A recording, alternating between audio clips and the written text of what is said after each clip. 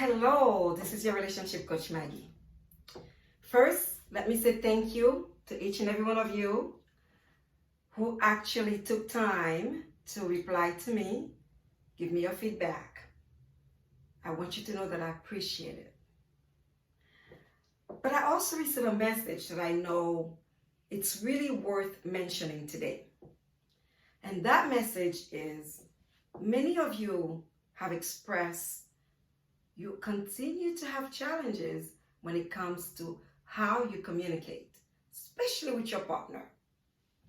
Because some of my clients even reach out to me and say to me, Coach Maggie, sometimes I don't want to say what I'm feeling because I'm afraid that my partner is going to be upset with what I have to say. And I don't know how to say it without offending him. So when I received those messages, I realized that although very often we talk about communication, I realized that we need to continue the conversation.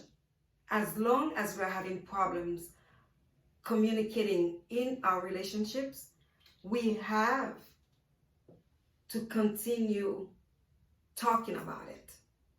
Because we cannot just go and sweep it under the rug and hope one day it would magically happen that we're going to start communicating with our partners. No, it's not going to happen like that.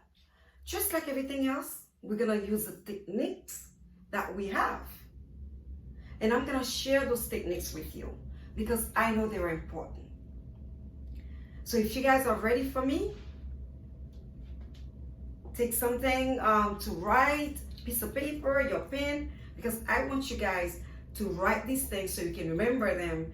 And when you are talking with your partner, you can apply them. Because you know, many marriages end up in divorce in the US, and statistics has shown that 50% of all marriages end up in divorce. You wanna know why? Lack of communication and finances. So let me tell you, we are going to get this thing down. We are going to learn to communicate so we can have healthy relationships. Therefore, if we choose to end our relationship, it's not because of lack of communication. We have to make sure of that. So my job is to give you guys the tools, and I hope that you will apply them whenever you're communicating, whether with your partner, with your kids, with your family, friends, or coworkers. So if you guys are ready, let me start by saying this. Number one, we have to remember that we are still talking about self-love. So when we are communicating, we have to make sure that self-love is incorporated into the communication. That means making sure you send your message, and also it is received as intended, but you do not shortchange yourself. You're still loving on yourself. And one way to do that is by being honest, by being truthful, by saying it exactly the way it is. Because if you start trying to deviate around things, then you're going to find yourself having to wonder, well, what did I say the last time? That's going to create a problem.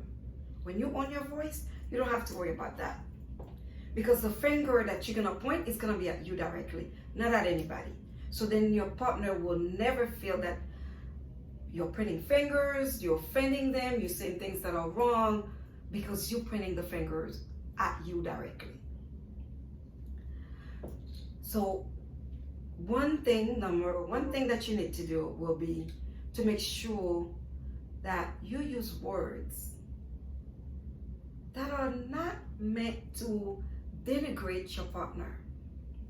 Use words that explain what you want to say, but not hurting somebody else's feelings. Our words have power. Make sure that we are mindful on the word we choose when communicating with our partner, because some things you just cannot take back.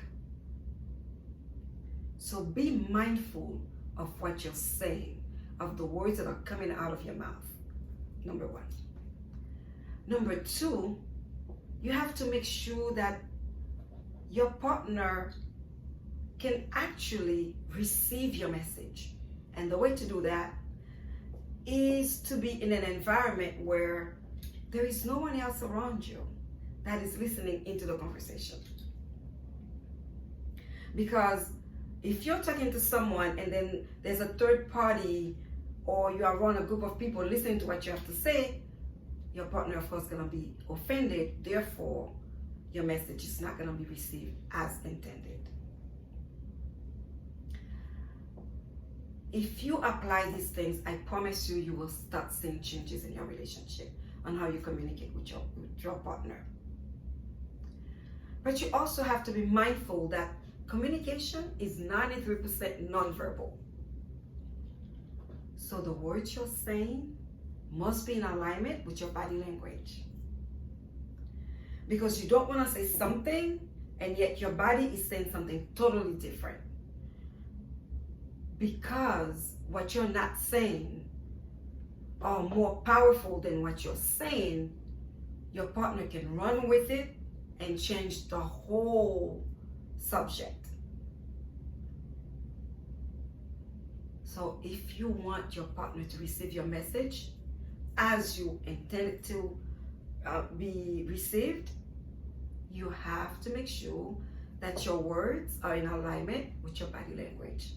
So don't be shaking your head if you want to say yes. You know, don't be twisting yourself if you're trying to just say something polite. Make sure that you're in alignment. Okay? So we're going to recap. You make sure you're in alignment.